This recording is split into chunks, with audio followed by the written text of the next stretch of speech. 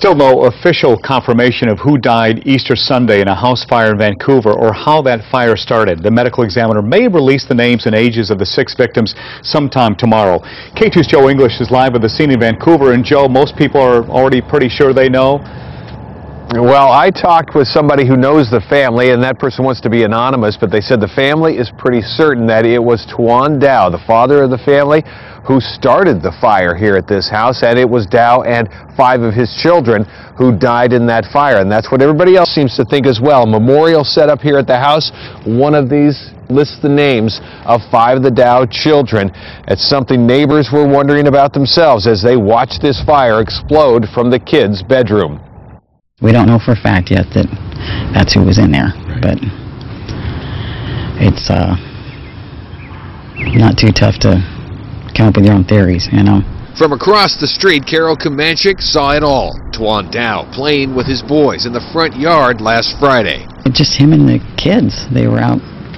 It appeared to us that he had bought one of the boys a new bike or something, and he was having a little trouble with it. Tuan being dropped off at the house early Easter morning. But he was alone. He went in the house alone. The children weren't with him. That's why initially we were comforted that they weren't there. She saw the fire explode from the corner bedroom where she knew the kids slept.